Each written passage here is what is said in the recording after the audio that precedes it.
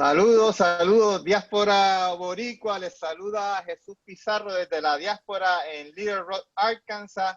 Y hoy, con el tema de descolonización e independencia, tenemos de invitado especial a la gran figura de Manuel Rodríguez Orellana. Manuel, ¿cómo te encuentras hoy?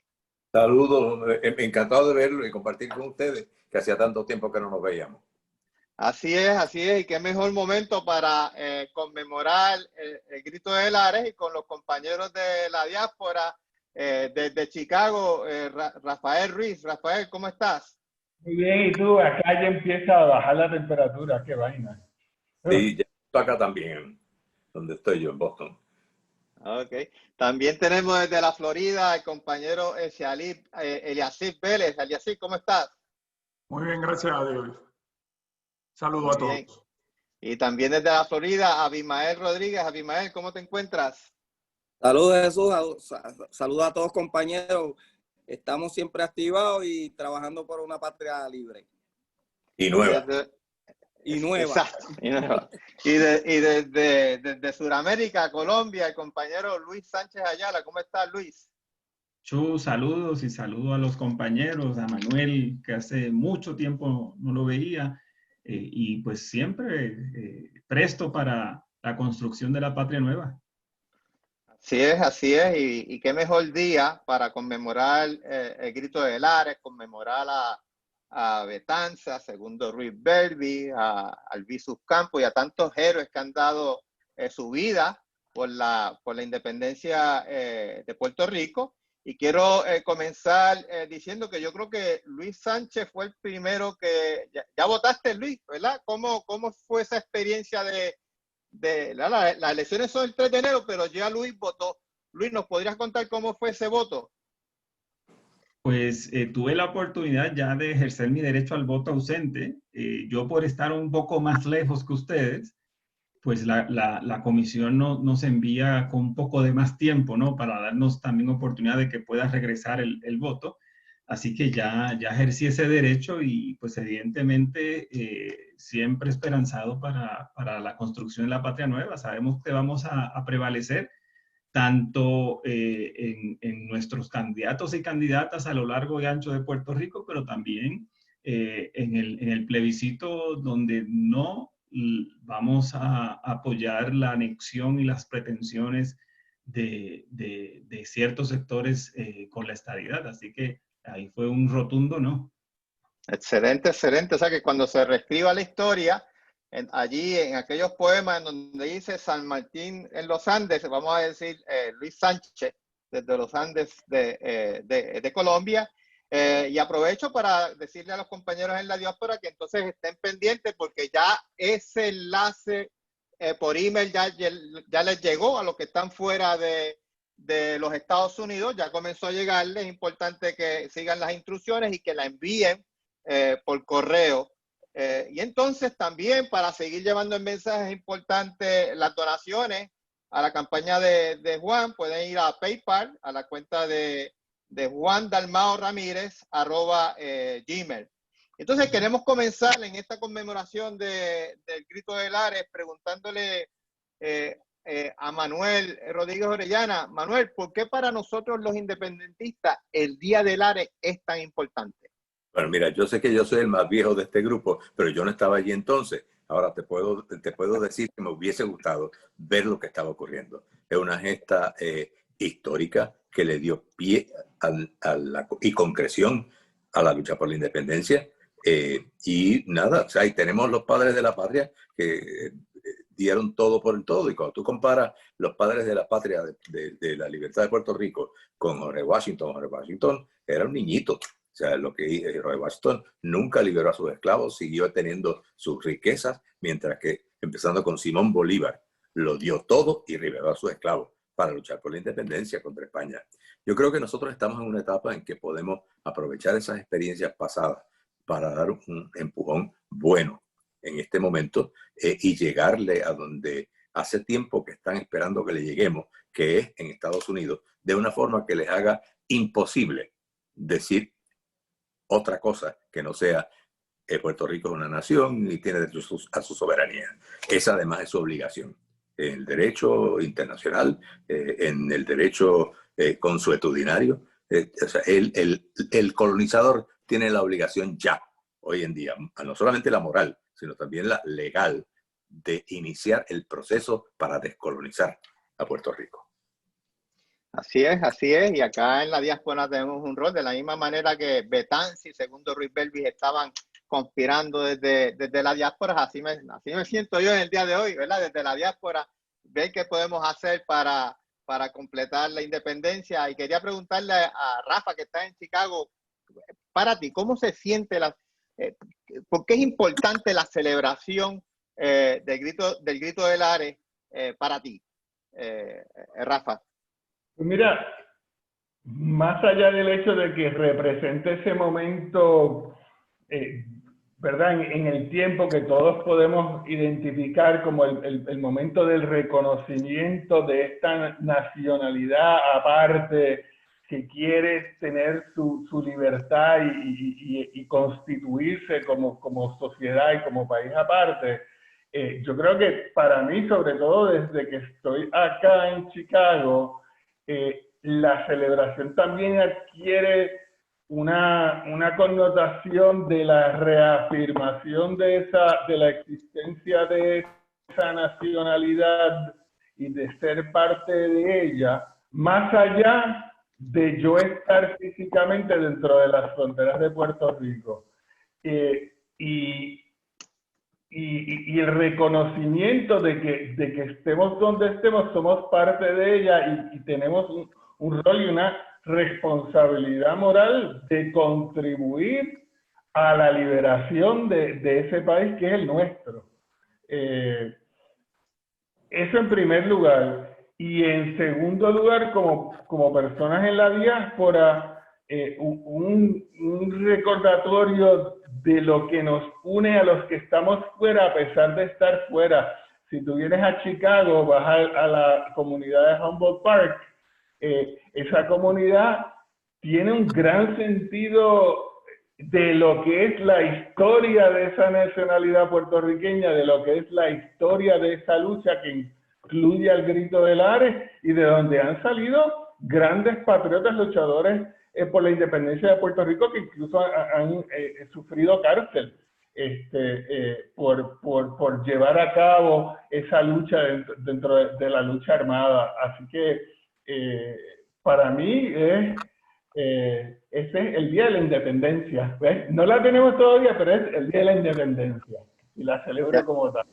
Ya está de camino, ya está de camino. Entonces aprovecho para, bueno, no para excusar, sino para decirles que el compañero Eric Ramos del PIB en Nueva York va a entrar a eso de las 5:45 y nos va a compartir la celebración del Día del Ares desde Union Square, que es uno de los parques emblemáticos de la ciudad de Nueva York, cerca del área de las universidades, donde está, me parece, NYU, Baruch College, y en donde me parece que también anunciaron que está el reloj del cambio climático. Y esto es importante porque si hay un partido que es el que puede parar el cambio climático, que es un problema existencial, y es el PIB.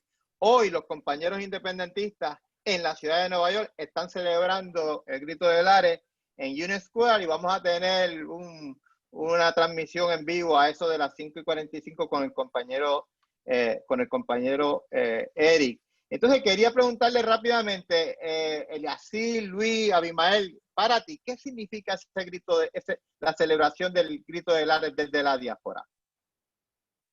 Para mí es la reafirmación de la lucha por la independencia, como mencionó Manuel ahorita, el altar de la patria, pero es la comulgación total de la lucha por la independencia, la lucha y un recordatorio no solamente de aquellos héroes en el momento histórico, sino que nos han precedido mi generación y las generaciones futuras que se han visto en la papeleta del PIB. Muchos jóvenes de los que hoy son candidatos han ido a comulgar la libertad, la lucha y reafirmarse en Lares. Y eso es lo que significa a mí la celebración del Grito del Ares para mí. Y en un futuro, como mencionó, creo que fue Rafael ahorita, va a ser el día de celebrar la libertad de nuestra patria, nuestra independencia. Y eso es lo que cada 23 de septiembre yo me recargo de energía por ese evento histórico. Excelente, excelente. Entonces, fíjate que el otro día estaba viendo una entrevista que le hicieron, me parece que fue en La Hora Verde, a la compañía de turismo Isla Caribe. Y Isla Caribe, ellos dan turismo en diferentes lugares de Puerto Rico, y le hicieron la siguiente pregunta: ¿cuál es el tour que más pide la gente en Puerto Rico? Y ellos dijeron, pues a la gente lo que le interesa es conocer de la figura de Pedro Albizu Campos. Entonces quería preguntarle a Manuel Rodríguez Orellana, ¿por qué Pedro Albizu Campos y el Partido Nacionalista son importantes en el rescate de la celebración del Día de Lares, y por qué son tan importantes para la juventud que hoy crece en Puerto Rico? Bueno, yo creo que lo más importante para el mensaje que debemos llevar con esto es que Pedro Albizu Campos representa Lares fructificando, que no ha dejado de fructificar desde entonces. Y Pedro Albizu Campos es, si podemos llamarle, el fundador de el movimiento moderno de la independencia, que une no solamente la descolonización y la justicia social, sino también la soberanía nacional. Y eso me parece a mí que es importante que lo tengamos claro. Además, si me permiten un comentario breve, yo creo que lo más importante de esto para nosotros los que estamos en el momento, o por buen tiempo o por menos tiempo fuera de Puerto Rico, es a la gente que llegamos a conocer aquí, que no saben nada de Puerto Rico, dejarles saber claro que Puerto Rico es una nación y que tiene sus héroes nacionales que han dado la vida y han dado la hacienda por la lucha por la libertad, que no es solamente acá en Estados Unidos, que fue el primer territorio colonial que se liberó en este hemisferio, y que ahora es el primer colonizador en términos de la fuerza y el abuso que hace la fuerza. Yo creo que esos contrastes hay que llevarlos y darle un poco de sustancia a la posibilidad de que se interesen en un trasfondo histórico que es muy difícil de llevar en 10 minutos o lo que sea. Excelente, excelente. Oye, Rafael, te quería preguntar, ¿verdad? Estaba viendo este año la celebración del natalicio de Albizu Campos, fue en línea también, y tuve la oportunidad de ver esa transmisión que se transmitía en Tenería, pero también se transmitió en Nueva York y en Chicago, y me impresionó mucho un monumento que hay de Pedro Albizu Campos allá en Chicago. ¿Nos pudieras hablar del significado de Albizu Campos para esa comunidad puertorriqueña en el contexto del Grito de Lares? Sí, mira, una de las cosas que se nos olvida es que el Partido Nacionalista no solamente existía dentro de los confines de Puerto Rico, como parte del proceso de colonización desde temprano empezaron a promoverse las emigraciones de puertorriqueños a Puerto Rico como parte de lo que era la estrategia de Estados Unidos entonces, que era y hasta cierto punto que continúa, la despoblación del país, la sustitución de la población, la explotación de la mano de obra barata, y eso llevó a la creación de esas comunidades en lo que eran los núcleos de manufactura grande en Estados Unidos, Nueva York, Chicago, lugar Boston. Entonces, el Partido Nacionalista no solamente tuvo presencia en Puerto Rico, sino que tuvo presencia y tuvo miembros y tuvo comités en Estados Unidos, el más famoso, el Comité de Nueva York. Así que a lo que voy es que el movimiento independentista siempre ha tenido una presencia en la diáspora porque el colonialismo nos ha puesto en la diáspora, así que tenemos que llevar la lucha desde donde estemos localizados, y eso lo entendió don Pedro y esa generación de una manera espectacular. Y también hay un aspecto particular, me parece que don Pedro, yo me pongo a pensar, pues estamos hablando ahora de la generación del yo no me dejo. Bueno, los nacionalistas fueron los primeros que no se dejaron. ¿Ves? Yeah. Y eso tiene mucho que ver con eso, con esa popularidad de ahora, de reconocer que esos fueron los primeros que dijeron que no se podía abusar contra el puertorriqueño, que no se podía tener una colonia en Puerto Rico. Y que el hecho de que durante los años de la primera parte del siglo y luego durante los años de la dictadura blanda del Partido Popular se haya tratado de aplastar a esa figura y todo ese movimiento, pues mira, como en la Antártida, ahora con el deshielo, la tierra en Antártida se va levantando porque naturalmente se levanta si le quitas el hielo que tiene encima. Y en la medida que hemos abierto esos espacios nuevos para el independentismo, que las condiciones han cambiado y que quizá Estados Unidos no tiene un interés tan grande en mantener la colonia como la mantenía antes, pues permite que esa verdad de entonces vuelva a surgir por su fuerza natural ahora y siga creciendo. Y por eso es que estamos en un gran momento. Me permite un comentario a tenor con eso que dice Rafa. Chicago ciertamente es uno de los monumentos a la lucha de don Pedro Albizu Campos. Eso no hay la menor duda.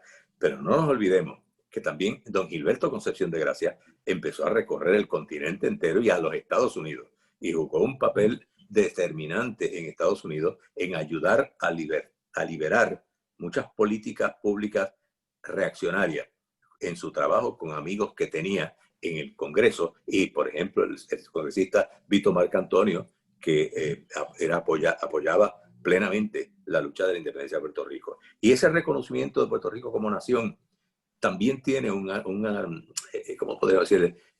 Un campo fértil aquí en Estados Unidos. Me hace pensar que en 1898, 99 y el 1900, aquí en Boston hubo una reunión importantísima que se llevó a cabo en uno de los monumentos nacionales de Estados Unidos, aquí en la ciudad de Boston. Y fue donde se cristalizó la lucha entre los colonialistas y los imperialistas en Estados Unidos. Los anticolonialistas y los colonialistas. ¿Perdón? Imperialistas. Sí, los imperialistas. Entonces, hubo una larga lucha política acá en este país durante las primeras 2 décadas del siglo XX, en que todavía eso estaba por dilucidarse. Y muchos de los que aplastaron el movimiento liberacionista y anticolonialista en Estados Unidos son parientes de aquellos que han llegado a ocupar puestos importantes en la política norteamericana, en el gobierno norteamericano. Hay un libro extraordinario que, si tienen el tiempo, los recomiendo. Se llama The True Flag, que lo escribe un profesor de la Universidad de Brown y que habla de cómo la bandera americana llegó a ser el símbolo de la opresión para nacionalidades como la puertorriqueña y la filipina, y el rol terrible que desempeñaron en muchas de estas personalidades que hoy se veneran en Estados Unidos. Así es. ¿Algún comentario de Eliasib o de los compañeros de la diáspora? Bueno, yo ahorita quería comentar algo de lo de Grito de Lares también, porque primero tengo sangre lareña, así que más orgulloso no me puedo sentir de que en Lares fue que ha comenzado la independencia para Puerto Rico. Entonces, comentario que había hecho Rafa, yo quiero que también podemos aprovechar ahora la tecnología que tenemos para que los jóvenes tengan más información y tengan la verdadera historia de Puerto Rico, la que no se da en el salón de clase. Y pues eso es una coyuntura que tenemos que aprovechar al máximo, ¿no? Y una de las cosas que le diría a los compañeros del partido, todo el que tenga esa información, ponerla en las redes sociales lo más posible, porque ahí es donde los jóvenes se están enterando de la verdadera historia de Puerto Rico, ¿no? Sí. Y también recordamos también que un día de Lares, hace unos 15 años, también asesinaron a Filiberto Ojeda Río. Y muchos de nosotros lo vivimos, ¿verdad? Y también pues, es importante recordar eso. Y a Manuel Rodríguez Orellana, que es poeta y conocedor de Pablo Neruda, también un día como hoy también lo asesinaron en Chile, tengo entendido. Bueno, entonces, Manuel, tú que has sido secretario de Asuntos de Norteamérica por el PIB por muchos años y que has representado el PIB en el Congreso y en las Naciones Unidas.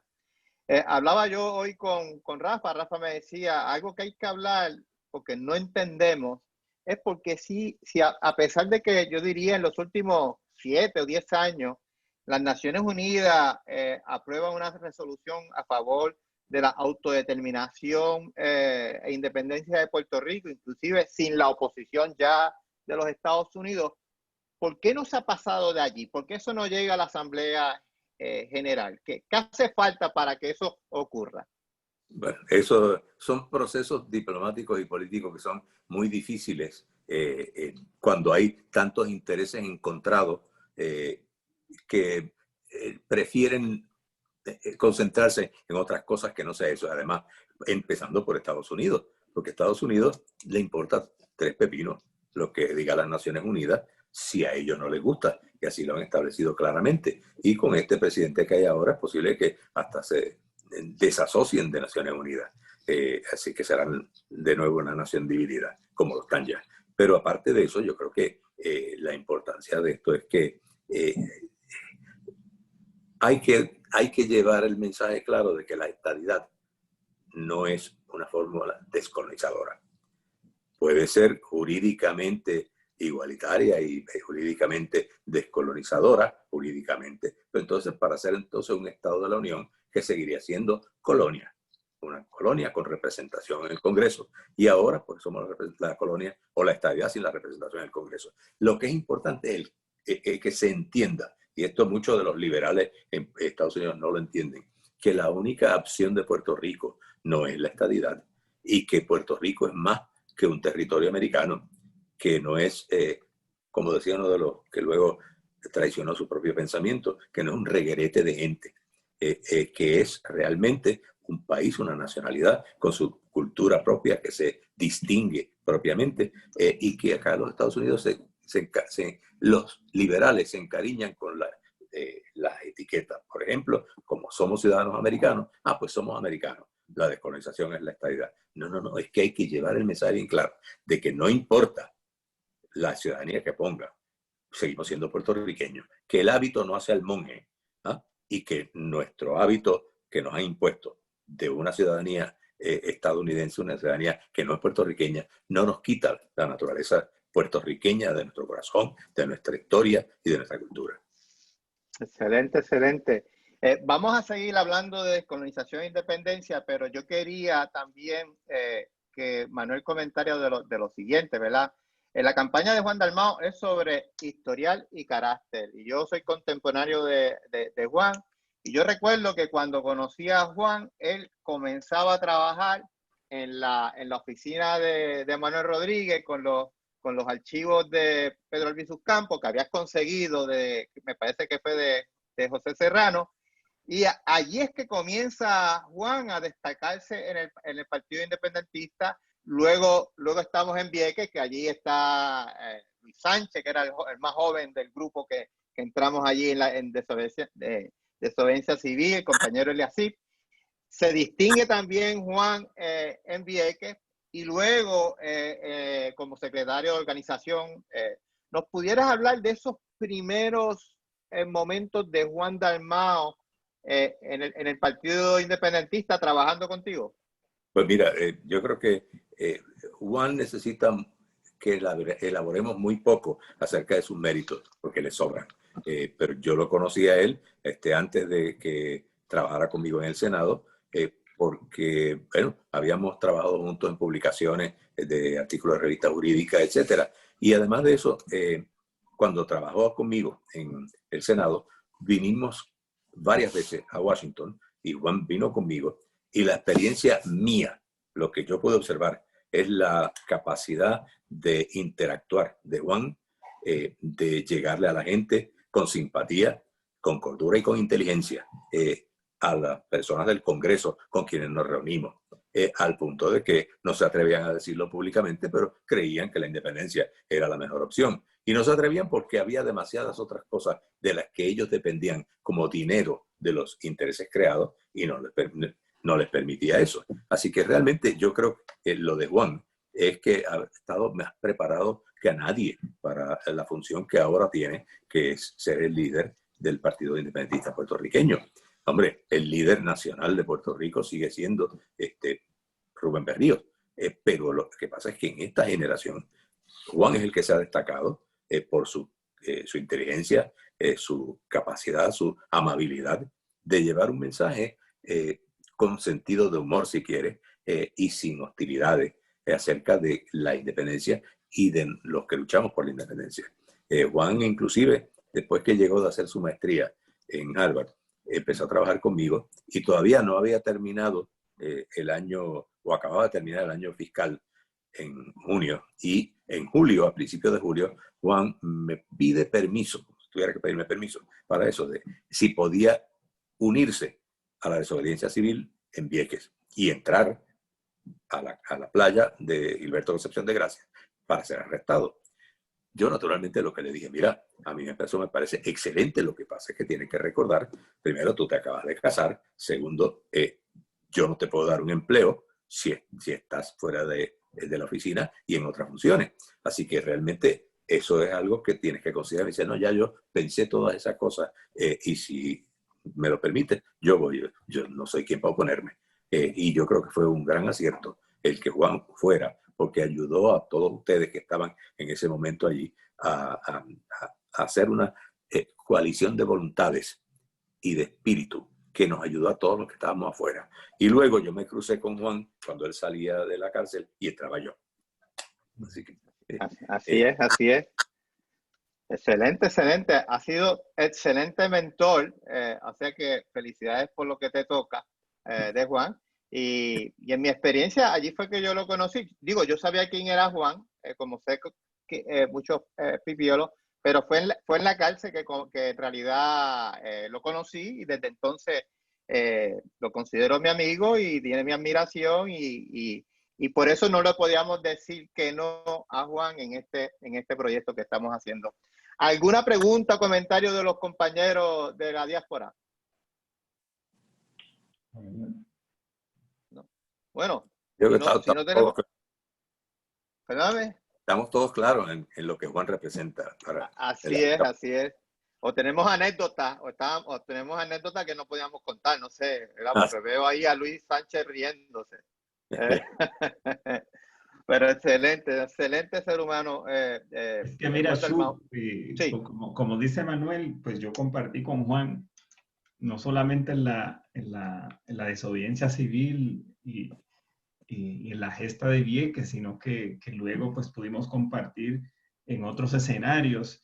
Y Juan, al igual que don Gilberto hizo en su momento esa peregrinación, no solamente por Estados Unidos, sino por América Latina, Juan también desde un inicio hizo esa peregrinación en algunos de los países en América Latina donde yo lo acompañé, y tal cual como dice Manuel, la forma de relacionarse de Juan es extraordinaria, en diferentes escenarios y en diferentes contextos, con diferentes personas, diferentes posiciones en los países latinoamericanos, lo cual le podemos, y yo me atrevo a decir que gracias a Juan hemos ganado muchos adeptos para nuestra causa a lo largo y ancho de esta maravillosa región que es América Latina. Mira, y si puedo añadir algo más, o sea, no hay duda de que Juan ha seguido llevando el mensaje de la necesidad de la libertad de Puerto Rico internacionalmente, pero no nos olvidemos que el movimiento independentista empezó a internacionalizarse, como tú señalabas al principio, Chu, con don Pedro Albizu Campos y luego con don Gilberto Concepción de Gracia. Y no olvidemos que quien llevó el caso de Puerto Rico a la ONU por primera vez fue Rubén Berrío, que además ha sido presidente honorario de la Internacional Socialdemócrata, y que a eso le ha dado un conocimiento en ese momento todavía, a las élites de otros países que gobiernan, de cuál es la relación de Puerto Rico, que está pasada de moda ya con Estados Unidos. Y eso yo creo que es importante porque en algunos de los viajes que hicimos Rubén y yo juntos, yo pude observar el cariño y el respeto que le mostraban hacia él muchos de los líderes internacionales. Por empezar por mencionarte a Willy Brandt, el ex canciller de Alemania, a François Mitterrand, a Pierre, ¿cómo se llamaba el otro? Que estuvo en Puerto Rico, que también luego fue presidente de Francia. Eran todos sus amigos y se relacionaban muy bien, y Rubén no tenía más que llamar por teléfono y conversaban sobre lo que había pendiente. Yo creo que poca gente se ha esforzado tanto como ha podido serlo Rubén en cultivar algunas de esas relaciones y de abrir esas puertas. Y eso fue lo que nos llevó por primera vez a la ONU en el 1900, si mal no recuerdo, 72, 71, 72. La primera vez que el Comité de Descolonización asume jurisdicción sobre el caso de Puerto Rico. Y que el Comité de Descolonización haya adquirido jurisdicción es como decir que tú no padeces del corazón si el cardiólogo ordena que te operen, ¿no? Así que yo creo que esto es algo que hay que recordar, y que Juan pertenece a esa tradición, pertenece y nos va a dar nuevos ímpetus, nuevas fuerzas, va a abrir nuevas puertas y nuevas brechas. Yo no tengo la menor duda. Exacto, y como dicen, la diáspora puede jugar un rol por estar en diversos países y darle continuidad y apoyo a ese trabajo que ha hecho Albizu, don Gilberto Concepción de Gracia, Rubén Berrío, tu persona, Manuel, y ahora Juan, que está haciendo este trabajo, también lo podemos estar apoyando. Entonces quería preguntarte, para que nos comentara, Manuel, Juan y el PIB están proponiendo una asamblea de estatus para resolver, ¿verdad?, el problema colonial. ¿Nos pudieras hablar la diferencia de esa asamblea de estatus con la que están proponiendo otros partidos políticos? Y podemos comenzar, o lo podemos dejar para luego, comenzar a hablar del proyecto del Puerto Rico Self-Determination Act del 2020, de la congresista Nidia Velázquez y Alessandria Ocasio-Cortez. Pudiéramos hablar primero de qué es la Asamblea de Estatus y la diferencia entre la Asamblea Constituyente y las otras propuestas de otros partidos políticos. Bueno, mira, la Asamblea Constituyente a la que se refiere, por ejemplo, Rafael Hernández Colón, y de la cual habló extensamente, no es otra cosa que pedirle permiso al gobierno de Estados Unidos para hacer los cambios que queramos, solamente dentro del ámbito cosmético. No hay nada de sustancia.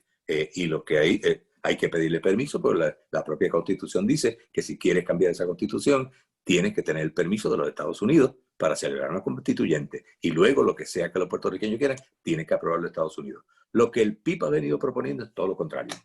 Es que nos reunamos en Puerto Rico, cada cual por la opción de estatus que prefiera, y hagan una propuesta seria y concreta, aunque estemos en desacuerdo los independentistas con los que no lo son, y vayamos entonces con esas propuestas a las autoridades del Congreso de los Estados Unidos y decirles: esto es lo que hay.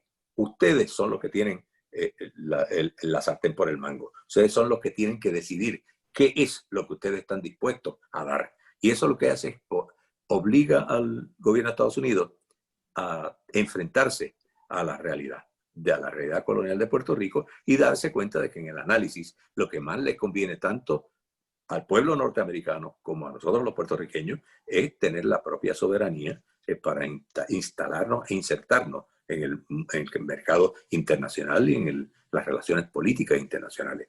Y yo creo que eso es sumamente importante. Excelente. Rafael, voy a pedirte un comentario sobre eso, pero antes de eso quisiera saludar a Eric Ramos, que está desde Union Square en Nueva York, en la celebración del Grito de Lares. Eric, ¿cómo está? ¿Cómo está el ambiente de Union Square en Manhattan, New York? Sí, estamos en este momento organizando, ¿no? Casi al punto de empezar esta actividad que se va a extender hasta la noche y bueno, haciendo lo que hay que hacer, estar presente en cada situación en la calle, aquí en la diáspora, de manera que podamos educar a nuestra gente, a nuestras comunidades, a los norteamericanos y a cualquiera que aparezca por ahí extranjero sobre la necesidad de que Puerto Rico sea un país independiente. Así lo hemos hecho por años y para nosotros es un verdadero orgullo hacerlo. Nos sentimos orgullosos. De hecho, aprovecho para enviarle un abrazo grande y sentido al compañero Manuel Rodríguez Orellana, que ha sido mentor nuestro a través de los años y que nos alegra mucho que esté aquí compartiendo con nosotros aquí en Diáspora con Dalmau. Mira, Eric, también para mí es una alegría verte. Hacía tiempo que no nos veíamos ni contábamos, y estoy aquí a la mejor disposición. La recomendación es que la gente haga lo que tú estás haciendo. Que donde quiera que haya un puertorriqueño, que llame a otros puertorriqueños y eventualmente, si se puede, que forme una especie de núcleo o comité por la independencia de Puerto Rico. Y ahí hay, y tú lo estás haciendo, lo han hecho los que te precedieron, y yo creo que eso es algo que tenemos que estar muy agradecidos de ti y de los anteriores. Sí, sí. Y Juan Rodríguez, que siempre lo tenemos presente en cada uno de los movimientos que hacemos aquí en la diáspora. Muy bien, y mi Juan, que era como un hermano, lo queríamos muchísimo, y que fue el que, yo no he visto una persona más desprendida en la lucha por la independencia, modernamente, ¿no? En sitios que no son en Puerto Rico, que él, y cuando creía que no había nada en el horizonte, él se lo inventaba y hacía una actividad, y eso ayudaba muchísimo. Seguro que tú sigues esos pasos, lo que he visto, tú sigues esos pasos. Sí. Y pues estamos aquí celebrando, o sea, conmemorando un aniversario más del Grito de Lares y también expresando nuestra indignación por aquel asesinato, aquel fusilamiento que ocurrió en el 2005, en donde el gobierno de Estados Unidos junto con el gobierno de Puerto Rico permitieron que ese hombre se desangrara allí, mientras, bueno, todo el mundo miraba para otro lado. Y pues nosotros los independentistas en aquel momento fuimos los únicos que llamamos la atención sobre esa situación. Son muchas las veces que la sangre de los independentistas ha salpicado a los moradores de la fortaleza. Y yo creo que esto es algo que se dio patente con el asesinato de Filiberto, y que además de eso ha dado un mensaje y una lección enorme a los que creen que estamos hablando con gente muy buena y muy sana, muy creíble, y nos han tratado muy mal en la historia. Así es. Bueno, pues muchas gracias. Muchas gracias, Eric, por traernos esa transmisión en vivo desde Union Square, en donde se ve la plena desde Union Square. Muchas gracias, Eric. Y como siempre. Y la bandera de así es. La bandera de Lares, y además los compañeros son muy responsables, porque además de la bandera de Lares y la bandera del partido, también han tenido la cuestión de usar la mascarilla para evitar contaminar y contaminarse. Y eso quiere decir que vamos a ser muchos los independentistas que vamos a sobrevivir. Vamos para así mismo. Hasta la vista, hasta la vista. Muchas gracias, Eric. Entonces, excelente. Entonces queríamos regresar al tema de descolonización e independencia. Me gustaría preguntarle a Rafael. Rafael, ¿pudieras comentar sobre la explicación de Manuel y emitir tu opinión? Pues sí, fíjate, yo más bien tengo una serie de preguntas para Manuel, porque es que él ha estado a través de los años tan metido dentro de las entrañas de ese monstruo que es el Capitolio Federal, y dado el momento, yo creo que es importante, por lo menos para mí, entender ciertas cosas de cómo se ven. Por ejemplo, este proyecto de Alexandria Ocasio,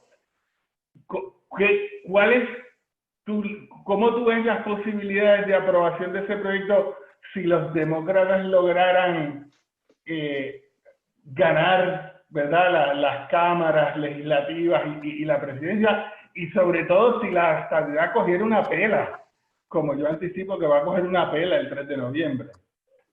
Bueno, yo creo que la pregunta es importantísima, porque la estadidad ya le han dado tantas pelas que no se da cuenta, está ya groggy, ¿ah? Y tratando de poner un referéndum, una pregunta, es que sabe que lo que va a hacer es clavarle el puñal más hondo. Aquí en el proceso de legislación sobre Puerto Rico, que se llevó a cabo en el Congreso entre el 1989 y el 1991, y sus secuelas, lo más importante fue que abrió una brecha. Allí se dieron cuenta, primeramente, el proyecto fracasó porque contenía la estadidad, y los americanos nos lo decían en privado, ¿no? Nosotros no vamos a poner eso ahí porque va a parecer como que nosotros estamos ofreciendo la estadidad, y eso nosotros no lo vamos a hacer. Además de eso, hubo otros proyectos en la Cámara de Representantes que el liderato popular detestaba, pero era porque le decían bien claramente que Puerto Rico seguía siendo un territorio y que si ganaba un referéndum incluyendo esa fórmula, ellos harían otro referéndum en 8 o 10 años, y así sucesivamente hasta que los puertorriqueños dijeran que no querían ser más colonia de Estados Unidos y que querían su soberanía. Y así pasaron y se establecieron unas cosas para la independencia. Hay proyectos de esos, como el proyecto, no voy a elaborar porque eso requiere una conferencia de media hora, por lo menos para llegar un poquito por encima de qué es el periodo de transición. En la Cámara de Representantes, los proyectos todos incluían los poderes que Puerto Rico tendría bajo la independencia y la capacidad de los puertorriqueños tener libre acceso, libre tránsito y libre comercio con los Estados Unidos. Así que eso yo creo que es importante. Lo otro es que el proyecto de estas amigas de Washington es un paso importante. Es un paso importante porque lo están dando unas personalidades demócratas liberales que anteriormente solamente veían la estadidad como opción. Y yo creo que esto, aunque hay que aclarar muchísimos puntos que no están tan claros en el proyecto, pero abre la discusión, abre las puertas para una discusión más profunda, para una discusión sobre a dónde va Puerto Rico y a dónde Estados Unidos va con Puerto Rico. Y yo creo que eso es importante. No creo que vaya a pasar. No me parece que... Y eso no es lo importante en este momento. Sería buenísimo si pasara un proyecto que contuviera algunas de las propuestas de ellos, que se parece mucho a las que el PIB ha venido haciendo por décadas.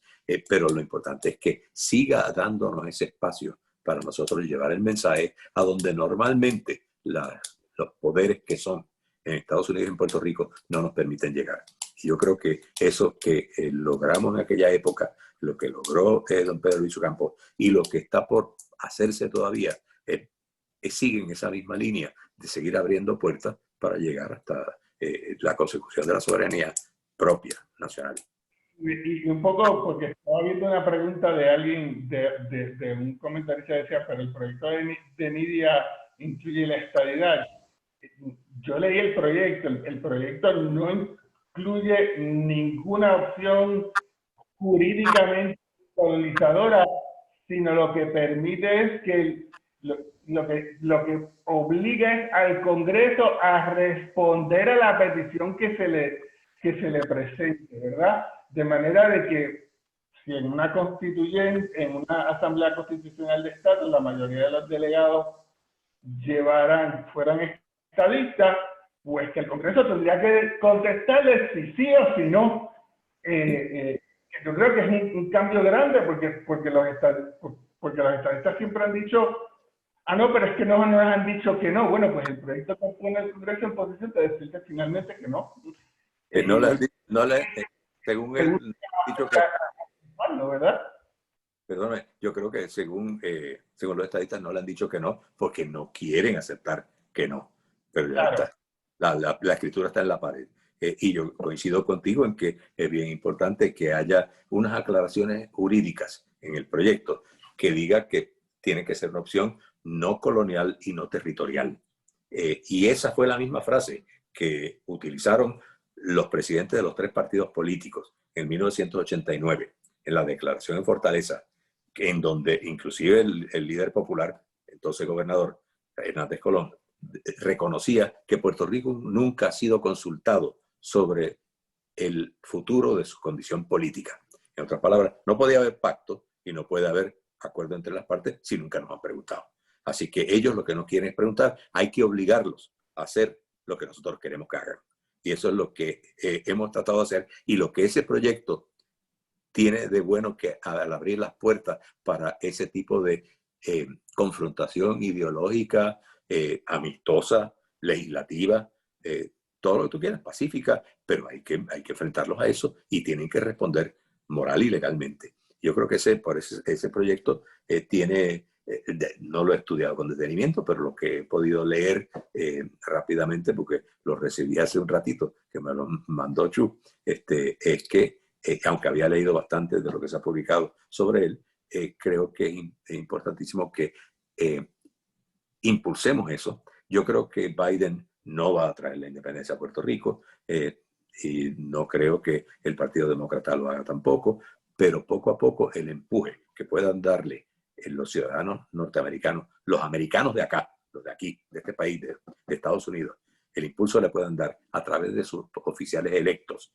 y que tengan que responderle a sus oficiales electos, no solamente a los grandes intereses que les dan el dinero para las campañas, sino a las comunidades puertorriqueñas y a las comunidades latinas en general en los Estados Unidos. Y yo creo que también hay ambiente para empezar a trabajar dentro de la comunidad anglo, las comunidades anglo en cada uno de los estados en este país. Cada vez que yo he conversado con un americano sobre la cuestión de Puerto Rico, al fin y al cabo me dicen, sí, usted tiene razón, yo no veo cuál es el problema. O sea, y esa es la situación. Es solamente en donde nos han dicho por más de 100 años que no servimos para nada, que no podemos solos, que nos vamos a morir de hambre, que algunos todavía se lo creen. Pero en Estados Unidos no está eso. Y yo creo que es importante que aprovechemos esa apertura que se está dando, apertura social y política, a pesar del reino del señor Trump.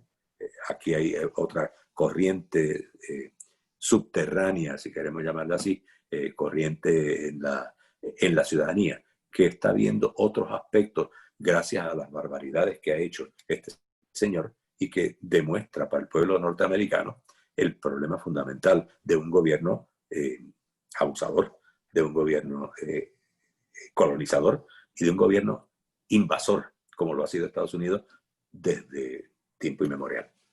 Así que yo creo que esa es mi esperanza. Oye, Manuel, ¿y cómo tú recomendarías que los puertorriqueños que vivimos acá nos integremos a ese proceso de cambiar mentes, de influenciar sin entrar en ¿verdad? Lo que es para mí las ridiculeces que se ocurrió en una gente de Puerto Rico, que era meterse en las primarias demócratas y ponerse en ese mambo. ¿Cómo podemos tener influencia y ayudar a mover el proceso siendo cónsonos con quienes somos ideológicamente?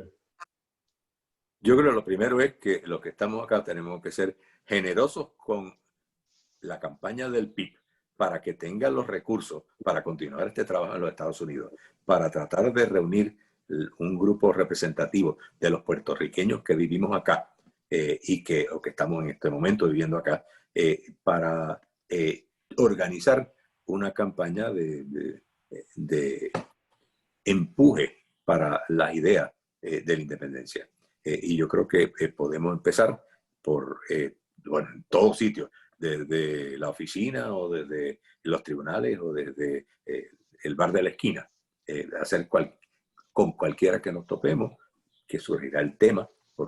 Ahora surge por razón del huracán y por razón de los temblores, pero también podemos aprovechar esa coyuntura para decir, mira, y encima de que estos huracanes y estos temblores nos han caído encima, el americano, no levanta el puño, nos sigue dando. Así que hay que traer esa cuestión a la atención de ellos y demostrarle a los que sean un poquito más recalcitrantes que esto les cuesta a ellos, no solamente económicamente, la colonia cada día es más cara, sino que además de eso le amenaza socialmente con tener, y políticamente, con que si hacen a Puerto Rico un estado, es decir, si no se desligan de Puerto Rico concediéndonos una negociación para soberanía.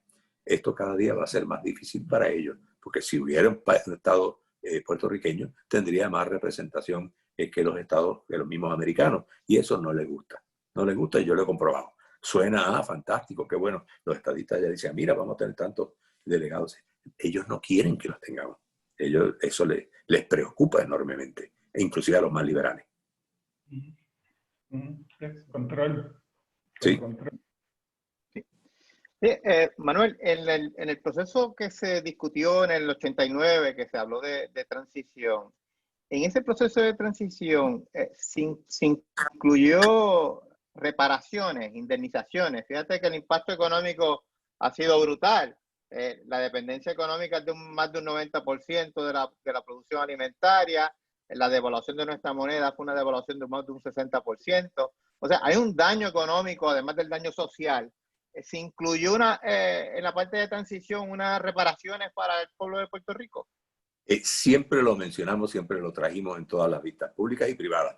Pero aparte de eso, como aparece en el proyecto, es que durante un periodo de transición de 10 años, Estados Unidos seguiría proveyendo el mismo nivel de transferencias económicas a Puerto Rico que al presente. ¿Por qué? No somos Estados Unidos, somos Estados Unidos, pero ¿por qué? Porque sería a manera de la reparación por los daños causados. Y dicho sea de paso, una de las personas que más creía en eso ha sido el congresista Serrano, que ha sido muy consciente de que la falta de la independencia de Puerto Rico nos ha condenado a no poder disfrutar de las relaciones internacionales y el comercio internacional que nos ayudaría a salir del subdesarrollo en que estamos, aunque no les guste a algunos que lo digamos. Excelente, excelente. Es un buen momento también, fíjate, yo sé que el partido llevó ese mensaje. Entonces, en un momento en que Estados Unidos posiblemente la idea de reparaciones es que yo me imagino que tiene que haberle sido extrañísimo Manuel Rodríguez Orellana hablándole de reparaciones a esta gente en aquella época. Sin embargo, estamos en otro momento donde por otros problemas de esta sociedad estadounidense, en particular el problema con las poblaciones afroamericanas, el concepto se ha ido legitimando al punto de que tú tienes importantes congresistas demócratas hablando sobre el tema. Y sí hay un debate, no es que estén convencidos, pero esa idea de la reparación por el agravio ha adquirido una legitimidad que nos facilita a nosotros levantarlo para nuestro caso en este momento. Así es. Es extraordinario.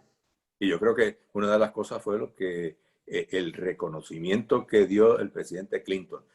Tarde, dicho sea de paso, tarde, el último año de su presidencia, pero en responder a los reclamos que le hacía Rubén específicamente desde la playa en Vieques, en la época en que en Washington se llamaban a Rubén como The Man on the Beach, porque era el que impedía que los Estados Unidos siguieran con el abuso que habían tenido con Vieques. Pero entonces surge una invitación no podían hacerla para Rubén solo, porque tenían que lavarse la cara de alguna manera, así que trajeron a la gobernadora y trajeron al comisionado residente el popular y PNP de esos dos puestos, y a Rubén, y se reunieron con él. Y yo sé por información que me llegó de buenas personas allí que conocían la situación, que cuando Clinton leyó la carta que Rubén le envió desde la playa, su comentario fue, wow, se la echó al bolsillo y le dijo a un ayudante, tiene que haber una forma de salir de esto. Lo único que entonces al ayudante lo arrestaron por uso de droga y qué sé yo, que otra cosa más, y ahí se perdió todo. Y después vino el reinado de los Bush, Bush padre, y luego Bush había estado ya, y Bush hijo. Y aún ahí yo creo que es importante señalar y recalcar que esa Casa Blanca, la de los republicanos y los demócratas, mantuvieron lo que decía el informe de estatus del Comité de Estados Unidos sobre las relaciones con Puerto Rico, comité especial que nombró Clinton. Decía claramente que Puerto Rico era un territorio de los Estados Unidos y que Estados Unidos podía hacer con Puerto Rico lo que le diera la gana. Allá, pues los colonizados levantaron el grito y pusieron la grito en el cielo. Porque no, ¿cómo van a hacernos esto? Mira, así es como nos ven. Somos un pedazo de tierra que es propiedad de ellos. Y yo creo, y eso lo reafirmó la administración Clinton, las administraciones Bush y después Obama. Y ahora también, no lo ha contradicho, la administración de este señor Trump. Nos quería cambiar por Groenlandia. Bueno, yo creo que el problema lo van a tener los holandeses. Y en el caso de los republicanos, Manuel, ¿cuál es, cuando nos encontremos con un republicano aquí en los Estados Unidos, como Mitch McConnell, pregunta Roberto Vélez, ¿cuál debería ser la estrategia para explicarle a ese republicano y educarlo sobre la independencia? Bueno, no sé si recuerdas quién era Trent Lott, el senador de Mississippi, que era líder de los republicanos en el Senado. Tuvimos una relación, unas conversaciones con él, con su oficina, y cuando le explicamos el costo social, político y económico de la estadidad y de la colonia, porque la colonia es meramente el boquete el sumidero por donde van a seguir tirando dinero para que haya en Puerto Rico más dependencia y por lo tanto más gente que quiera la estadidad, pero por dependencia, no por patriotismo. Y cuando le explicamos eso, lo entendieron perfectamente. Yo creo que hay que sentarse con el señor McConnell y explicarle eso con detenimiento. Y yo creo que lo va a entender. Será conservador, será reaccionario, pero bruto no es. Excelente, excelente. Ya nos estamos acercando al final del programa. Quisiera saber algún comentario, pregunta final de los comentarios de los compañeros. Abimael, ¿algún comentario, pregunta final para Manuel? Solamente tengo un comentario. Yo creo que y Eliasib lo mencionó ahorita, la parte de continuar educando, no solamente a los puertorriqueños acá en la diáspora, sino también al americano, y que entiendan el caso de Puerto Rico como colonia y seguir empujando, y mientras tengamos la oportunidad, ¿verdad?, de poder mover el asunto de estatus, empujar hasta que tumbamos esa pared y por fin logremos nuestro cometido. Excelente. Eliasib, ¿algún comentario, pregunta final? Sí, bueno, antes que nada, darle las gracias a Manuel y un placer escucharlo siempre. Y pues yo creo que también, más lo que se ha dicho, ¿no? Tenemos que educar a las personas y yo creo que al americano, cuando uno le dice la verdad de lo que representa Puerto Rico, son más los que están a favor nuestro que los que van a estar en contra. Yo no tengo la menor duda, tú tienes razón. Y de paso, no me den a mí las gracias se las tenemos que dar a ustedes que están aquí luchando día a día. Pero yo creo que cuando hablamos de la educación hay que llevar bien claro este mensaje a otros compatriotas nuestros, que no es sentarse en un salón de clase a leer libros, es que aprendan por la acción, que aprendan por la experiencia, no solamente experiencia previa de muchos de los puertorriqueños que hemos luchado por la independencia, sino por la experiencia de ellos, aunque nunca hayan levantado un dedo por eso, pero la importancia de que lo hagan. Yo creo que ese concepto de educación es lo que tenemos que tener bien claro, que no es un salón de clase, no es solamente leer libros, yo creo que enseñar con el ejemplo. Y en eso nadie mejor que... Así es, así es. Luis Sánchez, ¿algún comentario final o pregunta final para Manuel? Pues mira, Chuy, yo sé que ya estamos sobre el tiempo, pero hay un tema que me gustaría escuchar la opinión y sobre todo la cátedra de Manuel, porque muchos de nuestros hermanos y hermanas puertorriqueños y puertorriqueñas, pues sobre todo de los que todavía no han entendido lo perjudicial que ha sido el sistema colonial para nosotros, pues siempre hablan del asunto de la ciudadanía. De la ciudadanía, qué va a pasar con eso, qué va a significar la ciudadanía en un eventual proceso de liberación. Y te lo digo y se los digo pues desde el contexto, pues yo me encuentro fuera de los Estados Unidos. Yo estoy en Colombia. Y eso pues también es visto como que nosotros hemos sido bendecidos porque tenemos la ciudadanía. Entonces, ¿qué pasaría, Manuel, en un escenario eventual? Déjame decirte, yo creo que la ciudadanía es un problema mayor para Estados Unidos que para nosotros, porque ellos son los que hicieron la regla. Y si tú tienes la ciudadanía no te la pueden quitar a menos que la renuncie o te muera.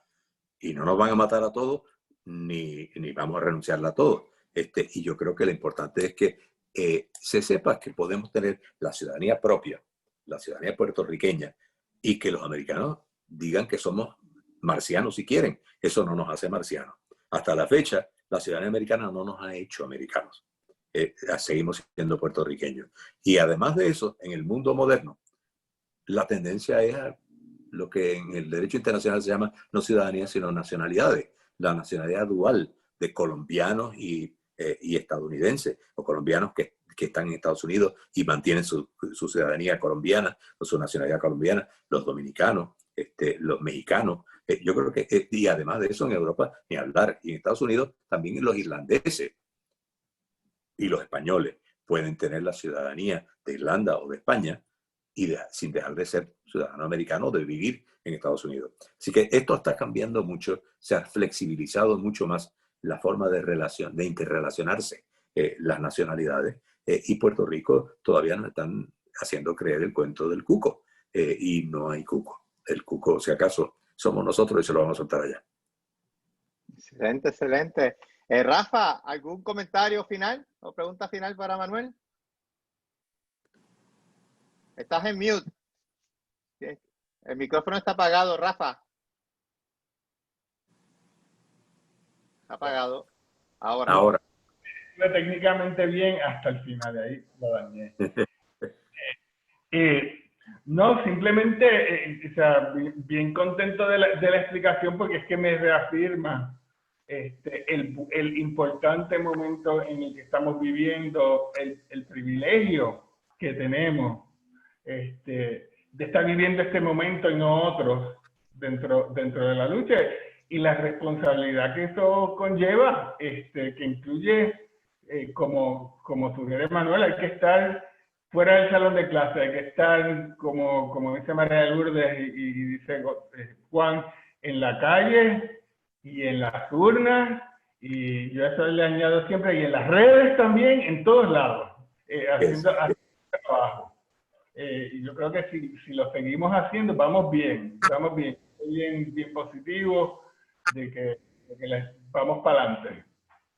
Yo creo que una de las cosas que podemos destacar es que cada vez que los puertorriqueños eligen a un puertorriqueño a la legislatura de Puerto Rico, nunca se arrepienten de haberlo hecho, porque somos los mejores, los que han estado ahí. Mira a Denis, a Juan, a María Lourdes, para entrar entonces a hablar de Rubén y de Fernando.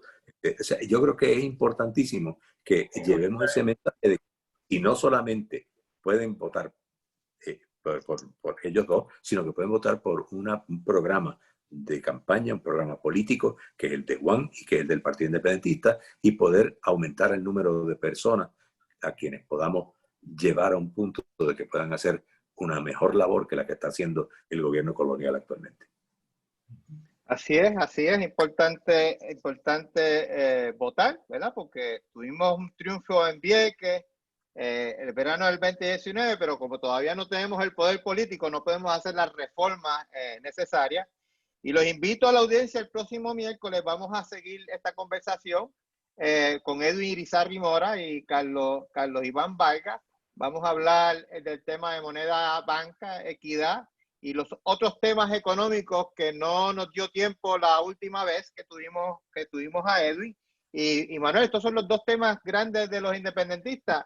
Son el tema de desarrollo económico, el tema de descolonización y el tema ambiental, y por eso le estamos dando mayor prioridad.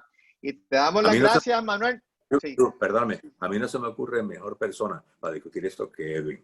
Edwin es el maestro de cada uno de esos temas, y yo creo que es el que nos ha iluminado a todos en los procesos en que hemos estado envueltos.